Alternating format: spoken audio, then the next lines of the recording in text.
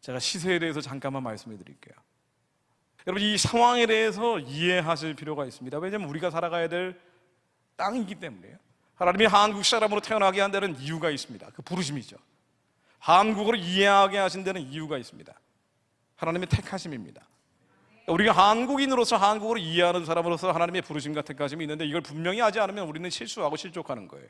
나하고는 상관없어, 나는 정치적인 문제 관심 없어 하실지 모르지만 아니죠. 여기 와서 이 얘기를 듣고 있는 것 자체가 하나님께서 부르신 거예요. 아무리 도망가려고 해도 도망갈 수가 없습니다.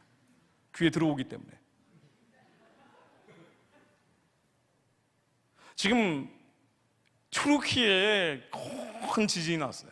뭐 잘 아시겠지만 아까 기도하시는 분도 말씀하셨지만요. 터키죠, 터키. 터키가 튀르키예라고 국명을 바꿨어요. 이 나라가 원래는 세속 국가였다가 이슬람 국가가 돼버렸거든요. 소피아 성당도 캐톨릭 성당인데 이슬람 성전으로 바꿔버렸잖아요. 그 터키에 있는 아주 큰 성전 말이에요. 그래서 예전보다 훨씬 더 기독교를 탄압하고 핍박을 합니다. 사망한 사람들이 2만 명이 넘을 것이다라는 얘기까지 나오고 있는데, 현재는 몇천 명 단위입니다만은 더 많은 사람들이 죽어나가는 게 확인되고 있다 그럽니다. 그러니까 저기가 원래 4개, 이 지각으로 보면 4개의 판이 모이는 것이라 그래요. 원래 불안정한 곳입니다. 예전에도 지진이 굉장히 많이 났던 곳이에요. 1999년도에도 2만 명 넘는 사람들이 사망을 했다 그러고요. 1938년도인가에도 그때는 2만 명 넘는 사람들이 사망을 했다고 합니다. 처음 있는 일은 아닙니다만 이번에도 만만치 않게 많은 사람들이 목숨을 잃고 있다는 게 확인이 되고 있습니다. 자, 그런데 우리가 또 한 가지 마음에 두게 되는 게, 이게 왜 이런 일이 벌어질까요? 물론 여기 아까 말씀드린 것처럼 지각의 판이 모이는 곳이기 때문에 상습적으로 있는 일이다라고 볼 수도 있는데요.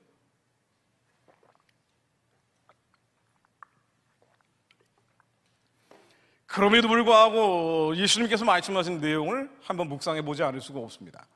마태복음 24장에 여러분들 잘 아시는 것처럼 제자들이 물어보죠.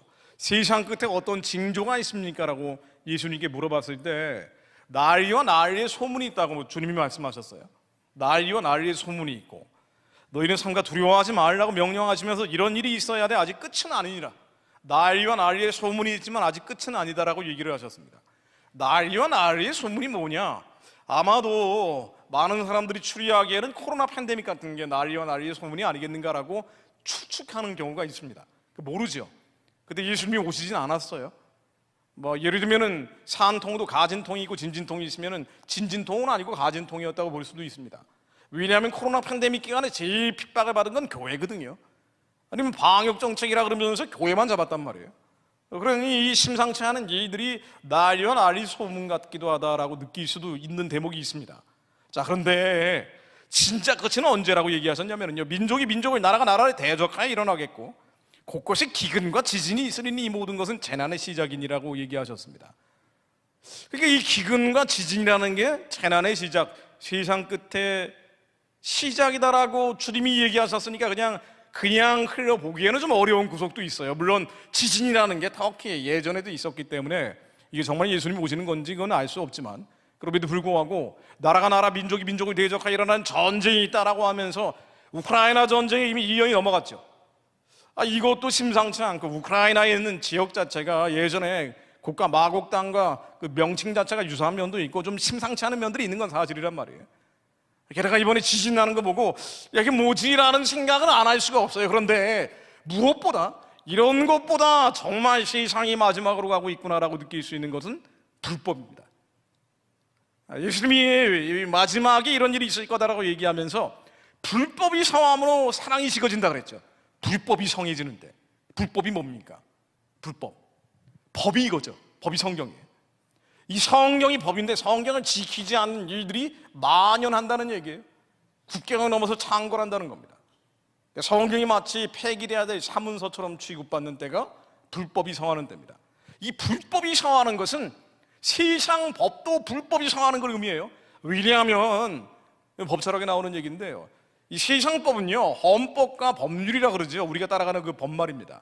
이 법이라는 것은 하나님의 마음이 일반 계시를 통해서 투영이 된 거거든요. 이걸 자연법이라고 불러요.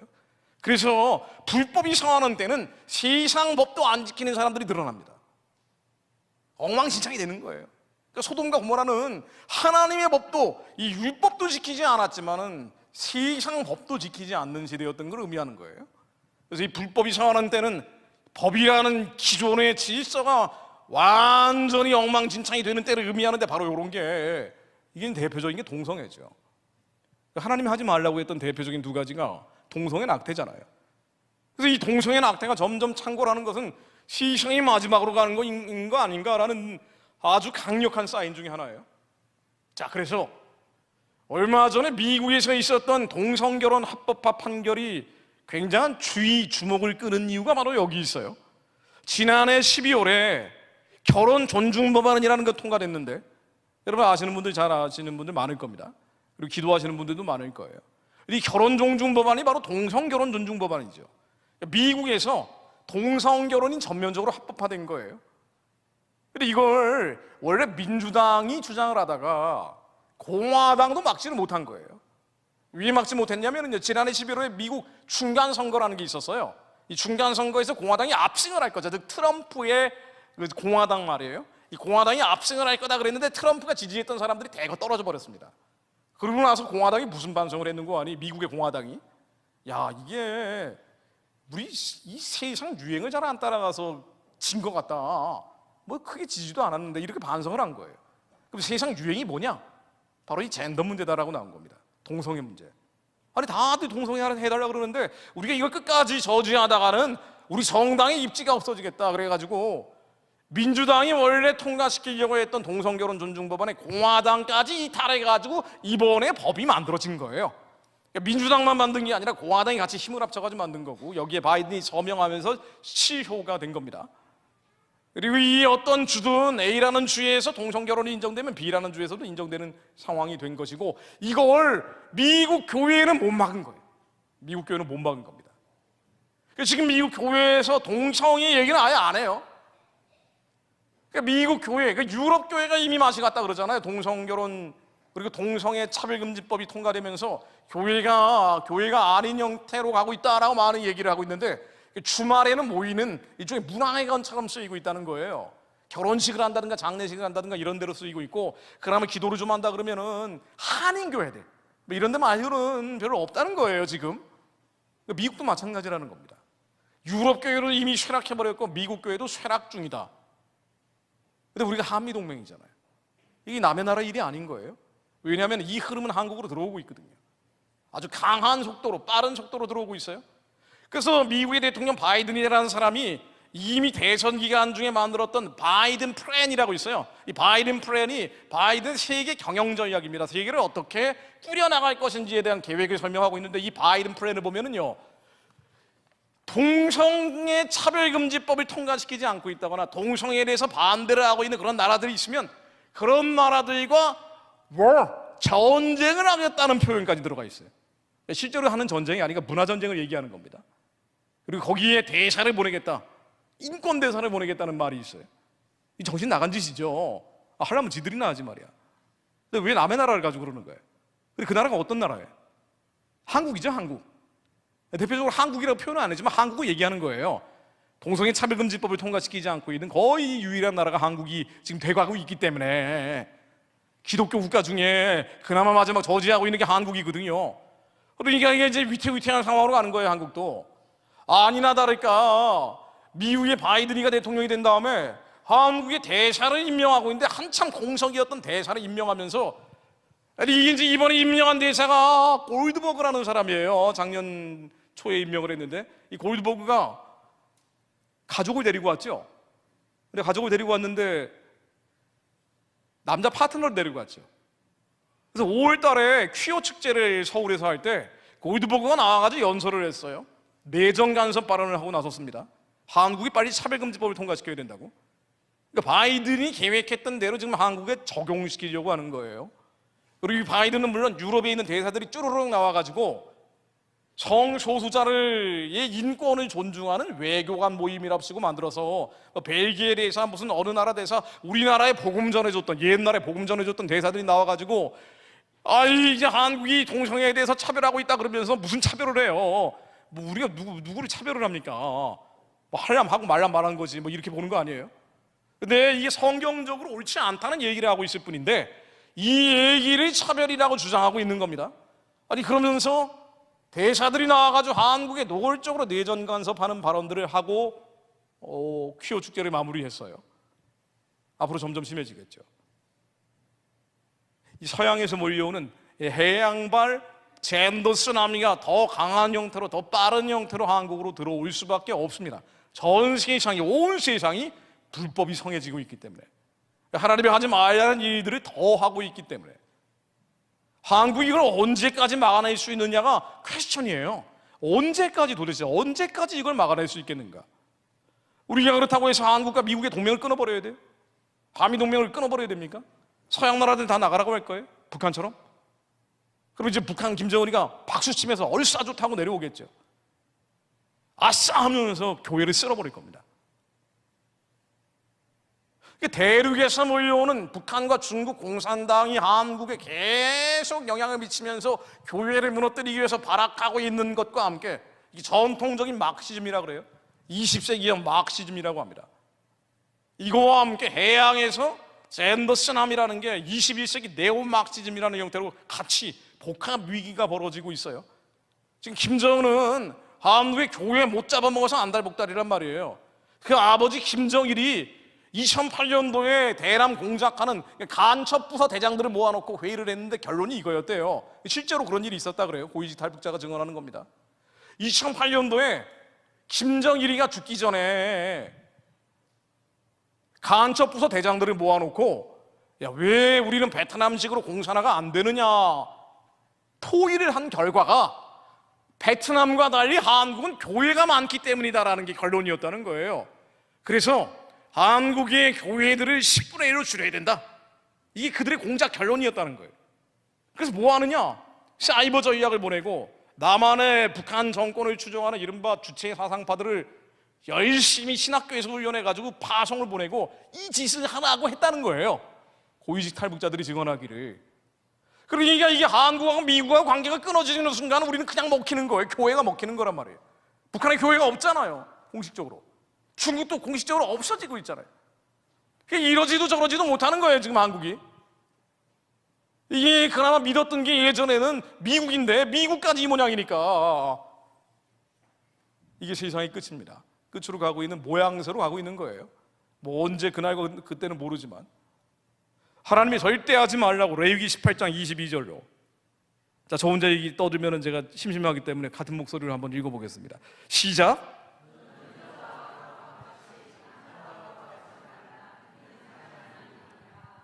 네, 하나님이 절대 하지 말라 그랬습니다. 하지 마야 하는 일들을 하고 그래 한국에 영향을 미치기 시작하고 있어요. 1월 초에는요 낙태권을 폐지한 미국이 이제 낙태약을 말이에요. 낙태약을 간단히 먹어도 되는 낙태약을 소매 약국에서 팔 수 있게 한다는 거예요. FDA가 승인을 했습니다. 이게 무슨 얘기냐면 AB 베러시라 그럴 거가지고요. 트럼프 대통령이 퇴임하면서 지명을 한 대법관이 있는데 이 사람이 보수 성향이에요. 보수 성향이어가지고 동성애 낙태 비판적이란 말이에요.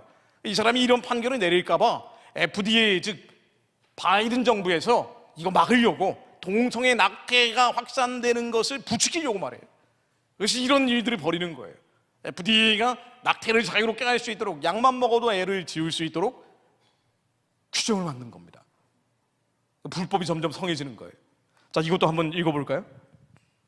시작.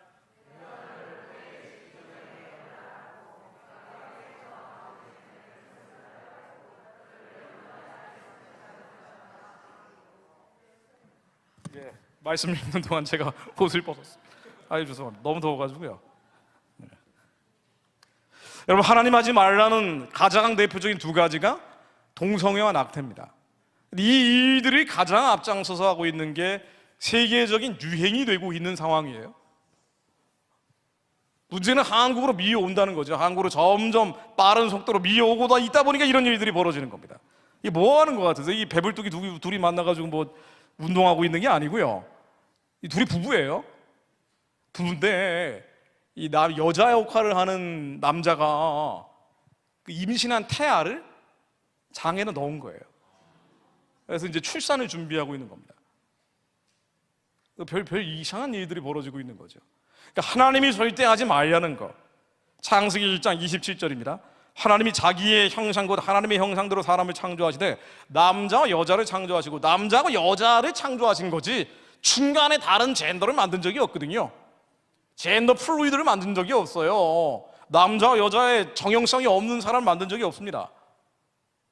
젠더 뉴트로이젠을 만든 적이 없어요. 그러니까 중립적인 인간을 만든 적이 없다고요. 아침에는 남자였다가 저녁에는 여자가 되는 그런 젠더를 만든 적이 없단 말이에요. 하나님은 남자하고 여자를 만드시고 모든 걸 경계를 세우셨는데 모든 것에 경계를 세우셔서 선악과는 먹지 말라, 이 경계를 만드신, 법을 만드신 분이 하나님이란 말이죠. 자녀들은 부모를 공경해야 된다, 법을 만든 거예요. 이 모든 법을 무너뜨리는 게 지금 차별을 막겠다는 이유로 하고 있는 인간의 짓거리예요. 그래서 차별을 막는다는 이유로 경계를 허물어버리는 겁니다. 구분을 없애버리는 거예요. 바로 불법입니다. 불법이 만연해지고 있는 겁니다. 이 불법이 만연해지다 보니까 이 북한 문제도 예전보다 조금 더 심각한 형태로 진행되고 있어요. 요즘 한국의 간첩 사건들 계속 불거지고 있는데 이것도 마찬가지 맥락이라고 볼 수 있는데, 예전에 안 잡던 간첩을 지금 이제 다시 잡기 시작한 것도 있겠지만은 그만큼 만연해 있다는 것을 의미하는 거겠죠. 자, 그런데 제가 한 가지 포인트 지적해드리고 싶은 것은요, 이 불법이 성하는데 이 불법은 헌법과 법률을 위반하는 것도 아주 공공연히 일들이 지도층, 정치권에서 만연하게 된다는 것을 의미합니다. 아니, 불법을 저질러도 별로 부끄러워하진 않아요. 가짜 스펙을 가지고 대학을 가도 별로 부끄러워하진 않아요. 이런 일들이 점점 만연하는 게 세상은 끝으로 가고 있는 조짐이다, 말세다, 우리가 흔히 표현하는 것처럼 언제가 될지 모르지만 야, 이거 정말 큰일이다라고 느끼는 겁니다. 우리 자녀들에게 무엇이 선이고 무엇이 악이라고 얘기해 줄 거냐 말이에요. 무엇이 옳고 무엇이 옳지 않은지 가르칠 수가 없는 거예요. 자, 그런데 이런 흐름에 맞물려서 김정은도 가만히 있지 않는 겁니다. 자, 지금 김정은은 바벨론의 지팡이 아수르의 몽둥이 같은 개념이에요. 한국 교회가 빛과 소금으로서의 짠맛을 잃어가기 시작할 때 북한은 더 발악을 할 수밖에 없습니다. 영적으로 원리가 그렇게 돼 있는 거니까. 자, 그러면서 뭐라 그러냐면요, 지난해 12월 말에 이런 얘기를 했습니다. 대한민국은 의심할 바 없는 명백한 적이다. 굉장히 우리는 그냥 넘어가지만 이거 굉장히 특이한 얘기예요. 왜냐하면 북한은 전통적으로 미국이 자기들의 적이라 그랬어요. 그리고 한국과 힘을 합쳐가지고 미국을 막아내겠다, 민족공조라는 표현을 써왔단 말이에요. 근데 이제는 발톱을 드러내는 거예요. 노골적으로 이제 발톱을 드러내는 겁니다. 한국이 적이야, 이놈들아 정신 차려라, 막 그러는 거예요. 몰랐지? 하면서 말이에요. 난 알고 있었는데. 한국이 적이에요. 대한민국이 적이라고 얘기합니다.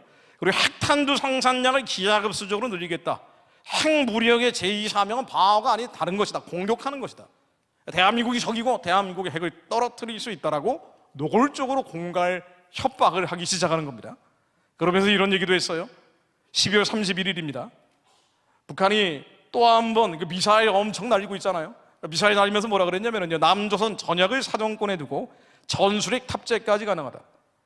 남한을 공격하겠다라고 얘기를 하는 것이 이제는 노골적으로 하고 있는 겁니다. 그러면서 2월 6일, 바로 이틀 전이죠. 바로 엊그제예요. 뭐라 그랬냐면요, 이 북한이 핵탄두를 탑재한 방사포를 완성한다, 이런 얘기 하는데 이게 머리가 끄ጭ끈 아프는 얘기죠. 방사포가 뭔지 아니면 단거리 미사일이 뭔지 이건 일반 국민들이 어떻게 아냐 말이에요. 특히나 나도 지금 백호가 석자고 할 일이 많고 갈 길이 뭔데 말이에요. 근데 이제 무슨 얘기냐면요, 남한을 상대로 핵무기를 쓰는데 이 핵무기를 전쟁 준비라고 표현하는데, 이 전쟁 준비를 완비했다, 이제 완전히 우리는 준비가 끝났다라고 얘기한 거예요.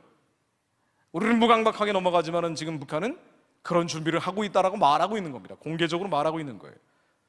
이러다가 전쟁 나는 거 아니야?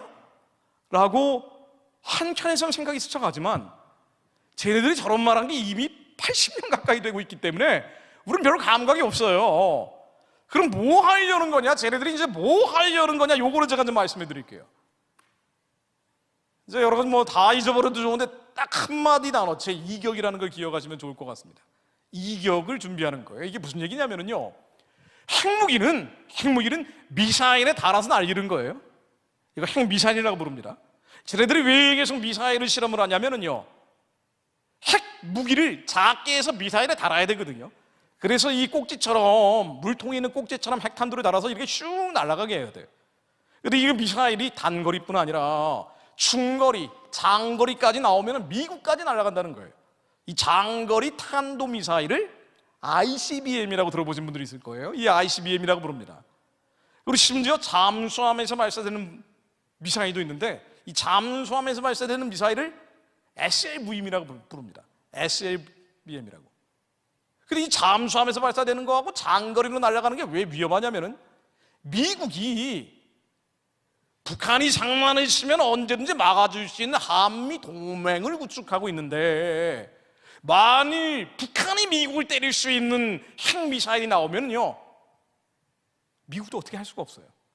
미국이 얻어맞을 수는 없거든요. 북한은 잠수함 능력이 세계에서 4번째입니다. 이런 것만 아주 집중적으로 만들었어요. 돈을 적게 들이고 사람을 많이 죽이는 무기만 만들었단 말이에요. 그래서 이 핵무기 말고도 생물학 무기, 화학 무기가 세계에서 3번째예요. 이게 대단하죠? 사람 죽이는 능력은 세계에서 최고 수준이란 말이에요. 해커들도 그렇게 많이 만들었다는 거 아니에요. 비트코인 해킹해가지고 지난해 벌어들인 돈이 한 2조 원 넘는다고 이런 얘기가 나오고 있는 겁니다.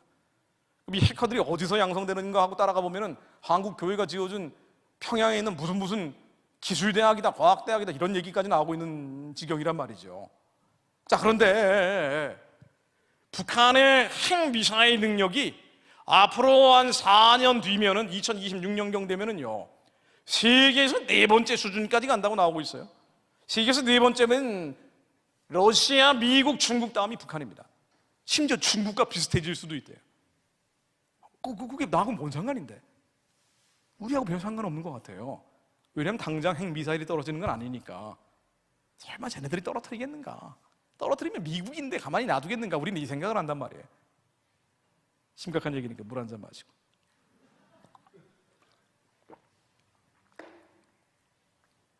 근데 핵미사일은 어느 때 쓰는 거 아니에요? 공갈칠 때 씁니다. 협박할 때 써요. 그러니까 실제로 날리는 무기는 아니에요. 2차 대전 때 히로시마 나가사키에 핵미사일을 떨어뜨린 거 말고 그 다음에 쓴 적이 없어요. 근데 왜 이렇게 핵미사일을 만들려고 다들 안달복달하냐 말이에요. 핵미사일을 가지고 있으면은요, 다른 무기가 의미가 없거든요. 아무리 재래식 군사들이 많이 가지고 있어도 핵미사일 한 방이면 끝나요. 그렇잖아요. 그렇게 핵미사일은 절대 무기라 그럽니다. 반지의 제왕에 나오는 절대 반지 같은 거예요. 이것만 끼고 있으면 그냥 싹쓸이 해버릴 수가 있는 거란 말이죠.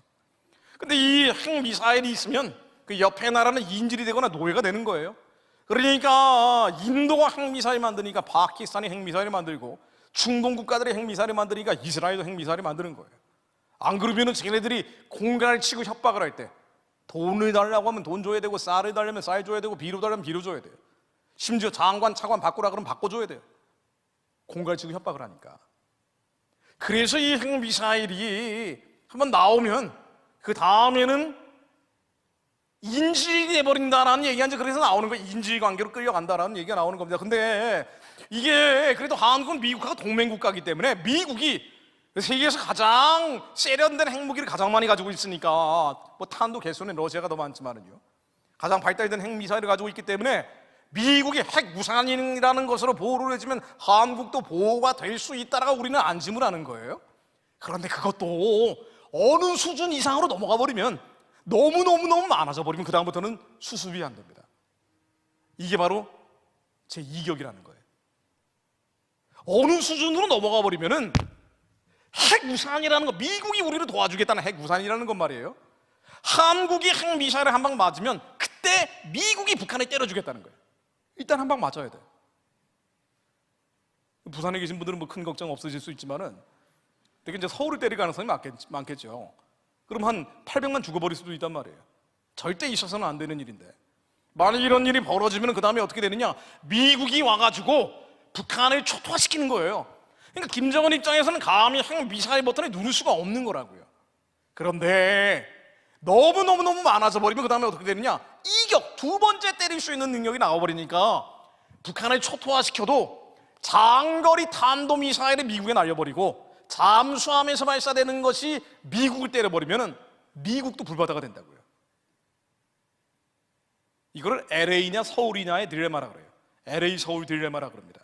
그러니까 미국 입장에서 LA에 한 방 떨어질 걸 각오하고 한국을 도와줄 것이냐, 아니면 LA를 지킬 것이냐. 당연히 미국의 선택은 LA를 지키는 거예요. 그러니 북한의 제2경 능력이 생겨버리면 무슨 짓을 해도 미국이 한국을 도와주기 어렵다는 거예요. 북한의 핵무기 능력이 여기까지 가버린 거예요. 그럼 그 다음에 어떻게 되느냐? 그 다음에는 핵미사일을 직접 날리지 않죠. 핵미사일 뒤에 쭈루루룩 깔아놓고 작은 규모의 전쟁을 일으켜 나가는 거예요. 국지전이라고 합니다. 비정규전이라고 그래요. 이 국지전, 비정규전을 작은 전쟁을 계속 일으켜 나가면은요, 예전 같으면은요, 천안함 사건, 연평도 사건 아시죠? 2010년 3월 26일 천안함 폭침이 있었고 11월 23일 연평도 포격이 있었잖아요. 꾸준 우리 군인들이 사망한 사건 아닙니까? 자, 그런데 이 천안함 사건, 연평도 사건이 있을 때 북한이 한번 장난을 치면은요, 미국의 칠함대라 그래서 항공모함이 서해 바다로 와서 뭐 으르렁으르렁 거리면서 겁을 준다고요. 너희들이 한 번만 더 장난쳤다가 내버려두지 않을 거야 라고 하면서 핵 잠수함이 와요. 핵미사일 날아가는 잠수함이 서해바다, 동해바다에 왔다 갔다 하니까 북한 애들이 겁을 먹는 거예요. 찌끔하고 조용해지는 겁니다. 근데 이격이 생겨버리면 그 다음부터는 그게 의미가 없어져요. 미국도 겁을 먹어요. 쟤네들이 핵 능력이 너무 고도화되니까. 그럼 그 다음부터는 어떤 일이 벌어지느냐? 작은 규모의 전쟁을 일으켜 나가도 이거 막을 수가 없어요. 왜냐하면 여기에 우리가 응식이나 보복을 하게 되면 핵미사일이 날아올 수 있으니까 어떻게 할 수가 없는 거예요. 그럼 어떻게 해? 천안함 연평도 사건을 또 일으켜도 그때는 막을 수가 없어요. 예전 같으면 미국이 어흥 할 수가 있는데 지금 그것도 안 된단 말이죠. 그러면 외국 자본이 빠져나갑니다. 우리는 주식시장에 외국 자본이 40% 정도 들어와 있어요. 외국 자본 빠져나가면 주가가 폭락을 합니다. 경제가 휘청휘청거리는 거예요. 우리는 전쟁할 수가 없는 나라예요. 북한은 전쟁을 해도 되지만 경제가 워낙 크기 때문에 쟤네들은 그걸 너무 잘 알고 있기 때문에 목줄을 잡아버리는 거란 말이죠. 핵무기를 뒤에다 깔고 국지전이나 비정규전을 일으켜 나가기 시작하면 우리는 꼼짝없이 쟤네들한테 시키는 대로 해야 돼요. 돈 줘야 되죠, 쌀 줘야 되죠, 비료 줘야 되죠. 그리고 장관, 차관 바꾸라 그러면 바꿔야 되죠. 인질이 되는 겁니다. 지금도 북한에 무슨 송금을 했다라고 한국의 유력한 정치인이, 제가 누구라고 얘기 안 하겠습니다만 유력한 정치인이 송금을 뭐 기업을 통해서 하고 뭐 방북을 하려고 하고 뭐 그래가지고 논란이 되고 있잖아요. 지금 검찰이 수사하고 있는 사건이 그런 것들 아닙니까? 이런 일들이 아주 일상화된다고요. 이 얘기인 즉 남한의 북한 정권과 유착하고 있는 사람들, 북한 정권을 추종하고 있는 사람들, 뭐 주사파라고 부르든 뭐라고 부르든 간에 이런 사람들의 힘은 더 세지겠죠. 더 창궐하는 거예요. 더 발악하는 거예요. 한국이 적과 통일하는 것까지는 가지는 않겠지만 그렇다 하더라도 한국 북한의 인질이 되면서 점점 끌려갑니다.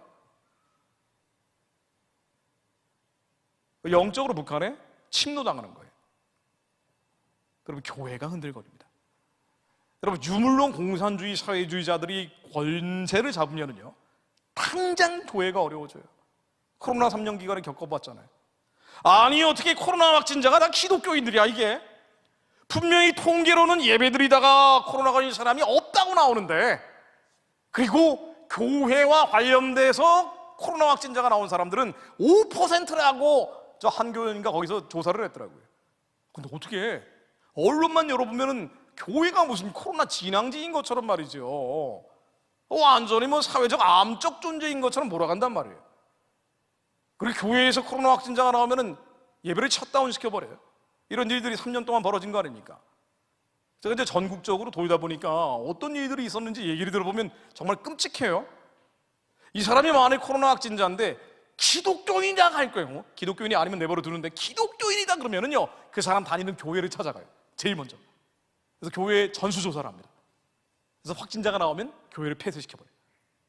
그 지방자치단체별로 다양하게 했지만은 심지어 버스 카드까지 추적을 해가지고 이 사람이 다녔던 교회와 기도원들을 전수조사해서 폐쇄시킨 경우도 있더라고요. 아니, 어떻게 지하철에서는 확진자가 안 나오고 백화점에서는 확진자가 안 나오는데 교회에서는 확진자 나온다고 이런 식으로 몰아가냐 말이에요. 예배드리기 싫은 거예요. 이게 유물론 공산주의 사회주의 계열의 특징입니다. 하나님은 마음속에 두기 꺼려하는 사람들은 원래 그런 거예요. 그러니까 한국은 점점 이런 상황으로 빨려 들어갈 수밖에 없게 됩니다. 그러면 그 다음에 어떻게 되느냐? 그러니까 북한 문제는요, 정확하게 동전의 다른 쪽 면이 차별금지법이에요. 한국이 북한을 추종하는 사람들, 그리고 공산주의 사회주의 계열의 정치인들이 더 힘을 받을 수밖에 없기 때문에 북한이 발악을 하니까, 발광을 하기 때문에 남한의 북한과 힘을 합쳐서 이러쿵저러쿵 하겠다는 가짜 평화, 거짓 평화주의자들이 더 힘을 받게 되기 때문에 이 사람들이 제일 먼저 통과시키겠다는 법이 차별금지법이란 말이죠. 차근법은 막지 못합니다, 이렇게 되면. 그러니까 북한의 핵무기가 2026년이면 이격 능력이 생긴다 그러면 누가 대통령이 되든 간에, 뭐 보수 쪽에서 나오든 진보 쪽에서 나오든 좌파에서 나오든 우파에서 나오든 누가 나오든 간에 북한의 비위를 거슬렸다가는 큰일 나는 거예요. 이 얘기인 즉 친북 정북 성향일 수밖에 없는 것이고, 누가 되든 간에 그 정도의 문제겠죠. 정도의 차이일 뿐이고. 그리고 남한에서 좌파, 좌익, 공산주의, 사회주의 계열이 점점 더 힘을 받고, 그리고 차별금지법이 통과되고 낙태도 더 만연화될 겁니다.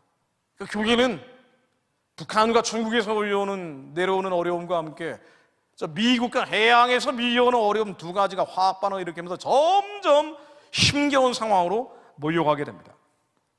그러니까 이게 지금 한반도를 둘러싼 정세예요. 암담하죠. 암울해요. 별로 희망이 없어 보여요. 차별금지법을 언제까지 막아낼 수 있느냐, 이게 차별금지법을 막고 있는 분들이 하는 얘기입니다. 몇 년을 더 막아낼 수 있겠냐는 거예요.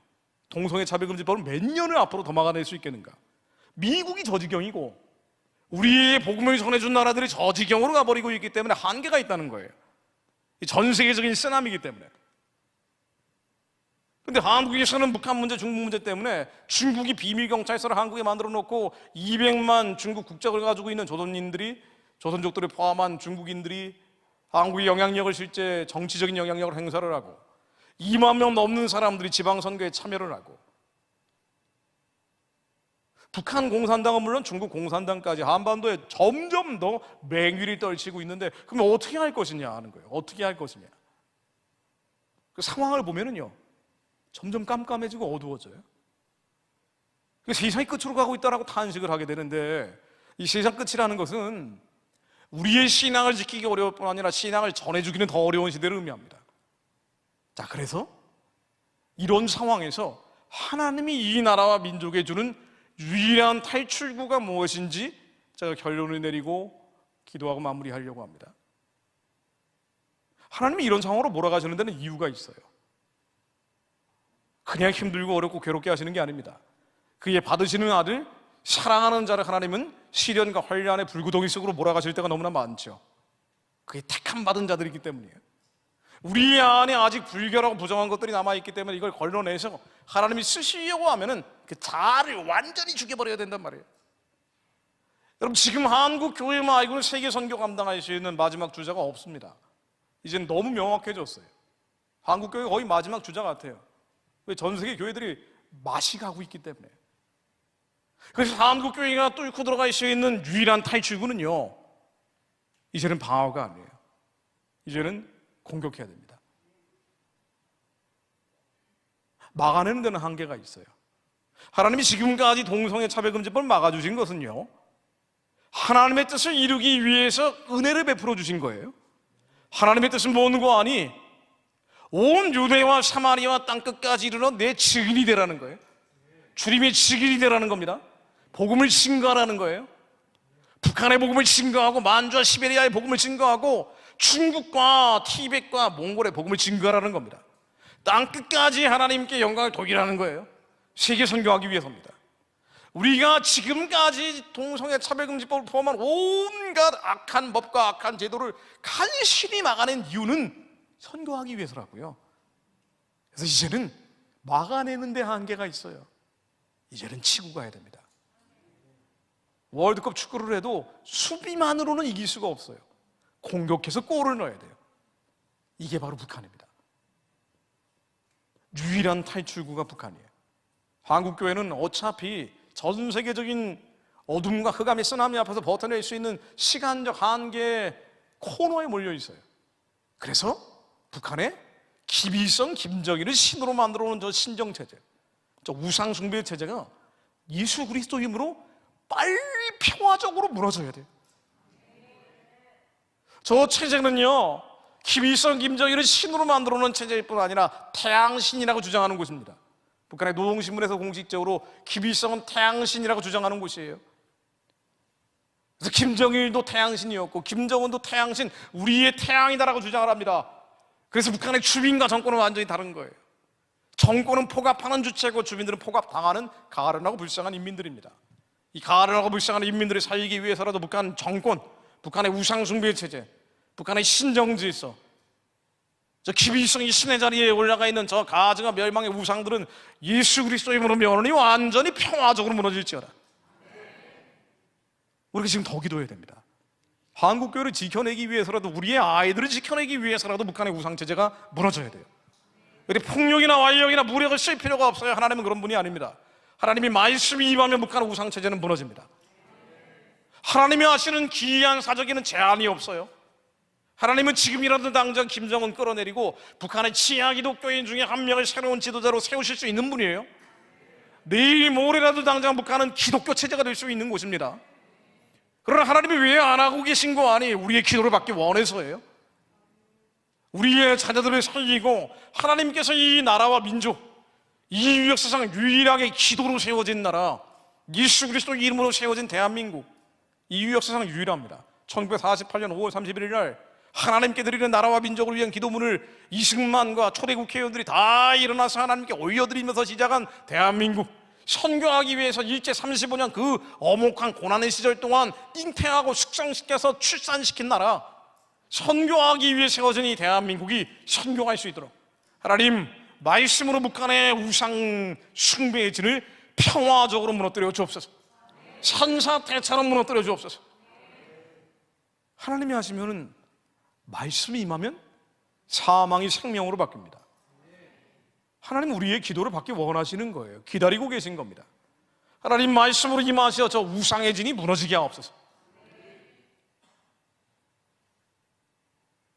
여기는요, 캄보디아의 수엠림에 있는 앙코르 왔답니다.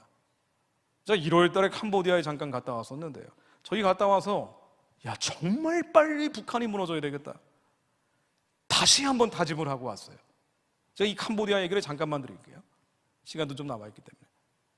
이 캄보디아는요, 뱀의 신 나가라는 신이 만들었다고 얘기를 합니다. 뱀의 신이 달의 여신과 만나서 태양의 신을 낳았다고 되어 있는 아주 지독한 우상 숭배의 땅이에요. 그 다음에는 힌두교가 1200년을 지배하고요, 그 다음에는 불교가 들어와서 섞여버렸어요.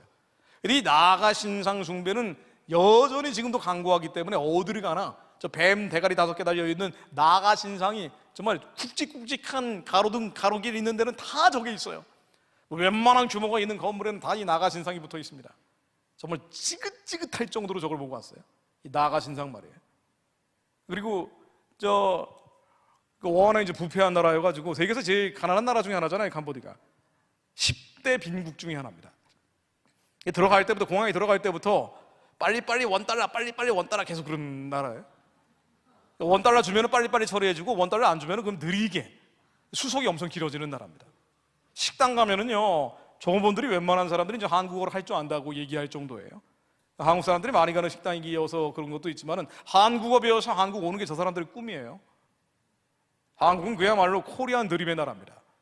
근데 여전히 저 땅은 저 나가의 신상이 지배하고 있는 우상이 짙게 깔려 있는 곳이고요. 그리고 힌두교 사원과 불교 사원 뒤죽박죽이 되어 있는 이 시바 여신이죠, 시바 여신. 힌두교의 신이 그 창조신, 유지신, 파괴신이 있는데 그 중에서도 파괴의 신은 시바 신상이 그렇게 많아요. 뭐 시바신 여기저기 시바. 와, 이게 나가신 보고 시바신 보고 어디 가나 머리가 찌끈찌끈 아플 정도입니다. 시바신이 데리고 다니는 흰 소예요. 소의 우상 난디라 그럽니다. 그 나가 시바 난디 이 어디 가나 우상으로 뒤덮인 땅이에요. 근데 이 우상 숭배가 뒤덮인 땅에 공산주의가 온 거예요. 이 공산주의는 우상 숭배하고 결합을 하면은요, 폭발적으로 반응을 하더라고요. 이 서양은 그나마 그 정도의 학살극이 벌어지지 않는데 공산주의가 동양에서는 엄청난 사륙을 만들어냈잖아요. 이게 미신이 너무 짙어서 그래요. 그래가지고 크메르 루즈라는 이게 소년병 중심으로 되어 있는 공산주의 군대가 나와가지고 얘네들이 이 공산주의 혁명을 하면서 폴포트라고 하고 있는 이 김일성하고 유사하게 생긴 사람이라 그러는데, 이 엄청나게 많은 사람을 죽였는데 죽인 사람이 무려 국민의 4분의 1이래요. 4분의 1을 죽인 게 킬링 필드라고 얘기하는 곳입니다. 이 킬링 필드의 잔재가 아직도 남아있어요. 큰 사원들 가보면은요, 북한의 정치범 수용소 전시회 하듯이 그림들이 여기저기 걸려 있습니다. 특히나 애들을 그렇게 많이 죽였다는 거예요. 청소년들, 어린이들을 그렇게 많이 죽였대요. 그 집체 수용소 같은 데 모아놓고 아침에 늦게 일어나면 죽이고, 앞열로 서라 그러는데 안 서면 죽이고, 그러니까 이렇게 죽인 그림들을 그려놓은 겁니다. 제가 잔인한 것들은 빼버리고 그나마 좀 나은 것들을 가져왔는데도 그래도 잔인해요. 다 애들이 이제 죽어가는 모습들을 그린 겁니다. 말도 안 되는 일들이 벌어진 거예요. 나중에는 총이 아니라 칼로 죽이다가 칼도 안 되니까 그다음 비닐을 묶어가지고 질식해서 죽이는 그런 모습들이에요. 이렇게 4분의 1을 죽였다는 거예요. 정말 더운 땅이거든요, 저희가. 저런 데서 사람들이 죽었다고 생각하니까 끔찍합니다. 아이들의 밤에 묶어두고 있는 족쇄 같은 겁니다. 그리고 유골을 사찰에 유골함들을 따로 저렇게 모아놓는데 그냥 볼 수 있게 해놨죠. 캄보디아의 프놈펜에도 저렇게 돼 있는데, 슈엠미메라는 앙코르와트가 있는 곳도 저렇게 해놨습니다. 아니, 저걸 묻지를 않고 저렇게 해놓은 것도 참 이해가 안 되는데, 어쨌든 유골들을 그냥 저렇게 보게 해놓은 거예요. 근데 이걸 보러 간 건 아니고요. 슈엠미메라는 곳에 동아시아에서 가장 큰 호수가 있습니다. 그 호수에 캄보디아가 가난한 나라인데 그 호수 옆에 살고 있는 깜뽕뿔락이라는 마을이 있어요. 이 깜뽕뿔락을 보러 갔습니다. 이 깜뽕뿔락이 캄보디아에서도 제일 가난한 사람들이 살고 있는 곳이래요. 수상가옹 마을이 있고 선상가옹 마을이 있는데, 선상가옹 마을은 베트남에서 도망친 유민들, 이 사람들은 국적조차 없는 사람들이 많고 보트 피플들이 와서 정착해 살고 있는 사람들이에요. 배 위에서 태어나서 배 위에서 죽는 사람들입니다. 그리고 선상가옥 말고 수상가옥에 있는 건 조금 낫다 그러는데 거기도 마찬가지예요. 이 깜뽕뿔락에 있는 사람들을 만나서 이제 구워 물자죠. 음식물들을 이렇게 나눠주는데, 그 음식물을 배 타고 이게 나눠주면은요, 애들이 풍덩풍덩 떨어져가지고 고맙다 그러면서 음식물을 가져갑니다. 저로서는 굉장히 충격적이었어요. 왜냐하면은 그 호수가 다 흙탕물인데요, 호수가 하수구가 저쪽으로 흘러요. 호수로 흘러요. 그 똥오줌이 섞인 물이에요. 거기서 헤엄치고, 거기서 수영하고, 목욕하고, 빨래합니다. 예전에 식수로도 썼다 그러는데 지금 식수는 따로 먹는다고 하는데, 모르겠어요. 수영하다가 마칠 수도 있는 거니까. 근데 저 사람들의 행복 지수는 세계적인 수준으로 높대요. 어떻게 세계적인 수준으로 저 사람들이 행복할까 하고 보면은 미신 때문이에요. 불교적인 윤회론 때문에. 네팔도 그런다 그러잖아요. 행복지수 높다 그러잖아요. 그래서 문 멋있게 하니까 예전에 대통령 했던 분이 거기 행복지수 높다고 굉장히 자랑하고 그랬는데, 그건 윤회론 때문이에요. 윤회론. 진짜 행복해서가 아니고, 내가 지금 이 전생에 지은 죄 때문에 지금 고생을 하고 있다. 그런데 견뎌내면 다음 생에는 귀족으로 태어난다, 부자로 태어난다. 이것 때문에 행복하다고 착각하고 있는 거지, 실제로 가보면 뭐가 행복합니까? 10명 태어나면 9명이 죽는 곳이에요. 1명 태어나도 가히 병원이 없는 곳이에요. 아이들은 사춘기 들어서면은요, 다 여기 타투 문신하고 머리는 염색을 하고 어떻게 도망칠까, 그 안에서 도둑질하고 깡패짓하고 온갖 나쁜 것들 다 하고 있는 곳입니다. 저주가 짙게 깔려 있는 곳이에요. 예전에 미신과 우상숭배, 공산주의, 지금은 가난과 기근, 저주가 있는 곳입니다. 근데 여기에 이 가난과 기근과 저주, 그리고 너무 더워가지고, 캄보디아는 4계절이 있다 그러는데, 아주 더운 계절, 아주 더운 계절, 아주 더 더운 계절, 그리고 미칠 듯이 더운 계절, 4계절이 있다 그래요. 근데 이렇게 더운데 저렇게 끔찍하고 불결하고 위생 처리가 안 돼 있는데 유일하게 복음 전하고 있는 사람들이 한국 사람들이에요. 한국 사람 말고는 없대요. 한국 사람 말고는 옷이 안 들어간다는 거예요. 제가 지난주에 소마리아 선교사분을 32년 동안 하신 분을 만났는데 한국 사람 말고 없대요. 그러니까 마지막 선교지에서 목숨 걸고 마지막 선교하고 있는 분들은 한국 사람들. 미국 사람들은 저렇게 불결한 데는 안 들어간대. 이스라엘 가보시면 이스라엘에서 이스라엘 회복을 위해 기도하고 있는 분들 한국 사람들이 태반이잖아요. 그러니까 뭔가 독특한 DNA가 있는 게 한국 사람들인데 이 한국 교회가 마지막까지 동성애법 막아내고 있는 겁니다. 인간이 한 게 아니라 하나님이 막아주신 거예요. 그런데 캄보디아에서 저 아이들 만나면서 말이에요, 저기 너무 불쌍한 아이들, 희망이 보이지 않는 아이들에게 아니 음식 나눠줘봐야 얼마나 나눠줄 수 있겠어요. 도와주는 것도 한계가 있죠. 말도 잘 안 통하는데 복음을 전하기도 쉽지가 않은 곳이에요. 게다가 저 정치 체제가 여전히 독재이기 때문에 지금 이 총리가요 23년인가 집권하고 있다 그러는데 다음번 총리로 사실상 지명을 한 사람, 선거는 형식적이고 육군 참모총장이 자기 아들을 지명을 했다는 거예요. 이게 정치적인 변화가 없으니까 우상도 그대로고 미신도 그대로고 저주도 그대로예요. 거기에서 애들을 보면서 너무 불쌍하더라고요. 너무 불쌍하더라고요. 그 애들하고 지금 놀고 있는 겁니다. 근데 저 애를 보면서 제가 이 생각이 들었어요. 빨리 북한의 우상체제가 무너져야 되겠다. 그러니까 왜 북한이 열려야 되는 거 아니에요? 북한 사람들이 불쌍한 것도 있지만은요, 70년 넘게 포갑당하고 있는 저 불쌍한 영혼들이 살려내야 되는 것도 있지만 살려낸다면 뭐 할 겁니까? 저 사람들이 살려낸다면 뭐 할 거예요? 북한의 2천만 백성들을 살려낸다면 뭐 할 거예요? 그 중에 117만 명은 남보다 군대가 3배나 많아요. 117만 명. 김정은의 총폭탄이 돼 있는 사람들, 사람 죽이는 것밖에 모르는 사람들. 북한 군인들은요 한국 사람들이 하는 태권도하고 다른 무술을 합니다. 격술이라는 거래요. 그러니까 한국 태권도는 약간 허수가 들어가거든요. 그래서 좀 이게 막는 것도 약간 폼 있게 막고 막 그런단 말이에요. 북한의 격술은 그거 안 해요. 급소만 때려서 죽이는 거예요. 사람 죽이는 기술만 배운 사람들이 117만 명. 어떻게 할 거예요? 그러니까 우리가 북한 체제가 무너진 다음에 벌어질 일들에 대해서 끔찍하다고 생각을 한단 말이에요. 가뜩이나도 먹고 살기 힘든데 체제가 무너져 버리면은 당장 내 장사, 내 비즈니스는 어떻게 되고 우리 아이들은 어떻게 되고, 지금도 이렇게 피말리게 사는데 변화를 싫어하는 게 당연해요. 그런데 여러분들 생각을 바꾸셔야 된다는 거예요. 왜 제가 북한의 우상숭배 체제가 빨리 무너져야 된다고 얘기하는 거 아니? 북한 체제가 무너진 다음에 지금 남한에 3만 명 탈북자들이 내려와 있는데요, 이 사람들이 남한으로 내려오는 게 아닙니다. 북한 체제가 무너지면은 2천만 북한 백성들 만주와 시베리아로 복음 들고 나가야 되는 거예요. 왜 남쪽으로 내려옵니까? 남한에 온 탈북자들은 벤츠 타고 고향으로 가는 거예요. 북한을 재건하는 일꾼들이 되는 겁니다. 이 사람들은 남한에 와서 거짓대처럼 몰려다니는 사람들이 아니에요.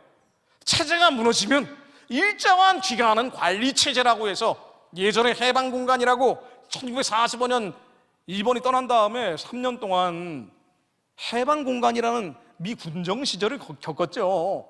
비슷한 거예요. 북한은 군정이 실시가 됩니다. 남한은 자유롭게 내려오는 건 아니에요. 거기에 자유와 인권, 민주주의가 회복되는 기간이 필요하다고요. 적응기가 필요한 거예요. 이 기간에 미 군정 같은 게 실시될 때, 한국이 군정을 하는 그런 기간이 실시가 될 때, 그때 한국에서 훈련된 많은 사람들이 학교 짓고 병원 짓고 교회 세워야 돼요. 그래서 이 사람들을 훈련시켜서 김정은의 총폭탄이 되겠다는 117만 명을 훈련시켜서 만주로 시베리아로 뻗어가야 된다고요. 그리고 이 쓰나미가 중국을 강타해서 중국이 1억 명의 지하 기독교인들을 살려내서 저 캄보디아의 깜뽕뿔라까지 밀려가야 됩니다. 언젠가 한 번은, 제가 제 애들 보면서요, 언젠가 한 번은 하나님이 마지막 때 예수님 오시기 전에 한 번만큼은 복음의 쓰나미가 불게 하실 것 같다는 느낌을 받았어요. 그리고 그걸 위해 기도하게 되더라고요. 하나님, 언젠가는 복음의 쓰나미가 중국에서부터, 아니 북한에서부터 밀려오는 이 쓰나미가 캄보디아 깜뽕뿔라까지 밀어닥치게 하옵소서. 저 버림받은 아이들도 구원받게 하옵소서. 살아나서 이 사람들이 아랍으로 달려가게 하옵소서. 이스라엘을 어떻게 깹니까? 수적으로 밀어붙이는 것밖에 없습니다. 다 아는 얘기예요. 수적으로 밀어붙여야 돼요. 아랍이 열려야 이스라엘도 열립니다.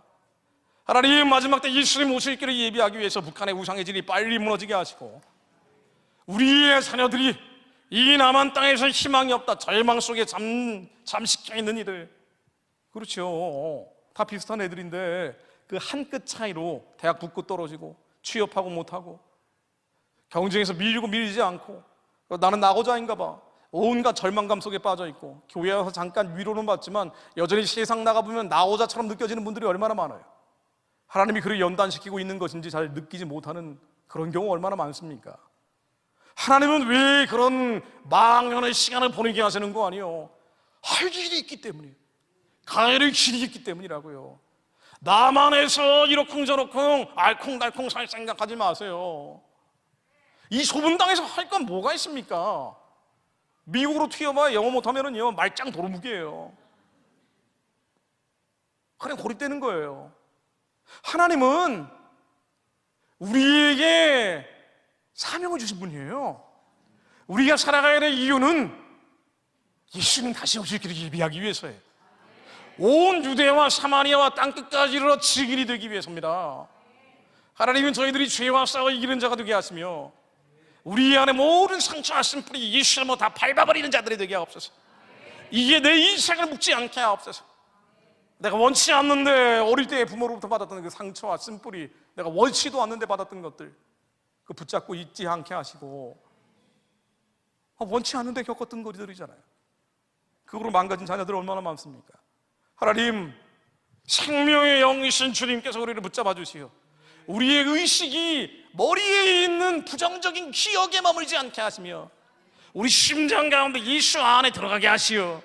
하나님이 무엇을 원하시는지 깨닫게 하옵소서. 하나님이 무엇을 바라시는지 알게 하옵소서. 하나님 2,500만 북한 동족들을 살려내는 자들이 되게 하옵소서. 내가 지금까지 한국에서 이 피말리는 경쟁에서 배우고 익혔던 것들, 여러분들이 편의점 알바를 하고 있든 아니면 카페에서 커피를 따르고 계시건 내가 여기서 배웠던 것들, 하나님 북한 땅에서 버려진 자들을 살려내는 데 쓰임받게 하옵소서. 제2의 언더우드, 제2의 아펜젤러가 되게 하옵소서. 북한을 재건하는 자들이 되게 하옵소서. 하나님의 나라가 이 땅 가운데 임할 수 있도록 예수님 오실 길을 예비하는 자들이 되게 하옵소서. 언더우드는 25세의 조선이라는 땅에 왔어요. 아펜젤러 26세에 왔습니다. 20대 중반의 나이에.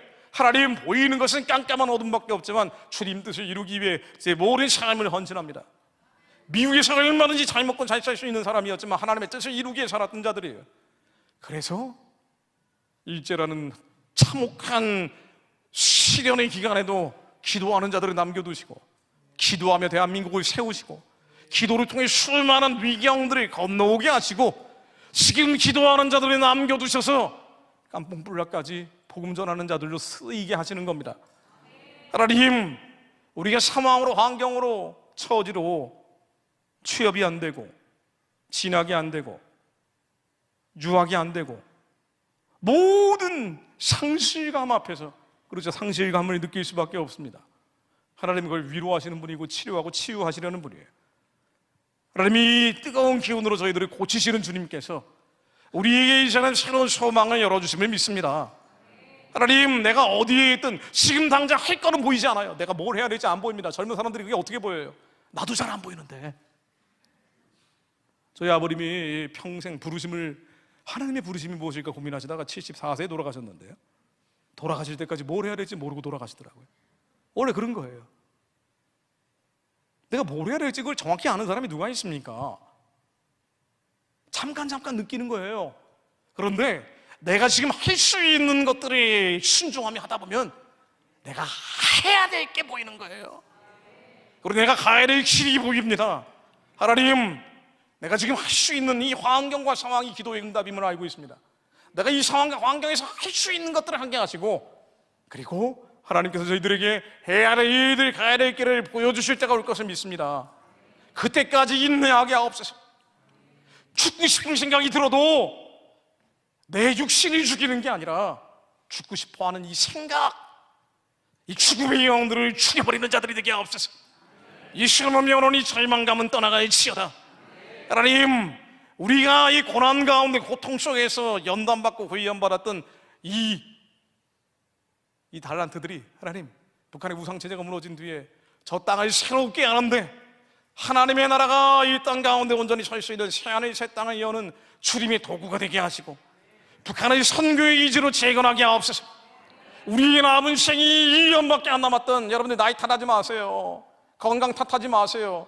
하나님은 마지막 때에 노인들에게 꿈꾸게 하시는 분입니다. 내 나이가 어때서 나이 탓하지 마세요. 건강 탓하지 마세요. 암병 탓하지 마세요. 마지막 남은 날씨가 하루가 되더라도 내가 걱정, 의심, 염려, 두려움, 공포에 젖어 살지 않게 하시며 이 겉사람의 죄성들이 다 끊어지게 하시어 부서지고 무너지고 초토화시켜 주시어 하나님의 뜻에 따라 살게 하옵소서. 북한의 우상숭배에 치진 예수님의 명령이 무너질지어다. 평화적으로 속히 무너질지어다. 하나님의 약속을 하나님 이루어내는 자들 되게 하옵소서. 그를 위해 하나님 저희들이 후원받게 하시고 후원된 청년들이 일어나게 하옵소서. 1000명의 청년들이 북한의 우상의 질이 무너지라고 DMZ에서 외치는 날 저 질이, 어둠과 흑암의 질이 평화적으로 무너질 것을 믿습니다. 하나님, 우리의 다음 세대가 훈련받게 하옵소서. 우리의 자녀들이 연습되게 하옵소서. 하나님, 제가 주님과 싸워 이기면 세상을 이기는 자들이 되게 하옵소서. 기도하겠습니다. 하나님, 저희들에게 하나님께서 선하고 기쁘고 온전하신 뜻을 부어주시니 감사드립니다. 우리의 상황과 환경과 처지를 보지 않게 하시고 우리를 스트레스 받게 하는 골치 아픈 현실들, 해결되지 않는 문제들을 바라보지 않게 하시며 그 문제에 저희들이 잡히지 않게 하시며 우리 안에 있는 아모인의 왕 시온과 바산 왕 옥, 이 모든 두통거리들, 걱정, 근심, 절망감들, 아무리 기도해도 바뀌지 않는다라며 절망하는 우리의 자녀들을 보며 느꼈던 절망감들, 우리의 회복되지 않은 가정을 보며 느꼈던 절망감들, 우리의 가족들을 보며 느꼈던 절망감들, 우리의 부모들을 느끼며 하나님 절망감들, 하나님 모든 더럽고 불결하고 추잡한 것들 저희들이 치지 않게 하시며 이 죄와 피에 이어서 이기는 자들 되게 하옵소서. 예수 그리스도의 명으로니 더러운 감정들은 떠나갈지어다. 예수 그리스도의 명으로니 더럽고 불결한 감정들이 떠나갈지어다. 예수 그리스도의 명으로니 주님의 뜻이 이루어 주옵소서. 주님의 뜻이 하늘에서처럼 이 땅 가운데 이루어지게 하옵소서. 우리 자녀들 가운데 임하여 주옵소서. 우리 가정 위에 임하여 주옵소서. 이 나라와 민족에 임하여 주옵소서. 주님 이름 부르며 기도합니다.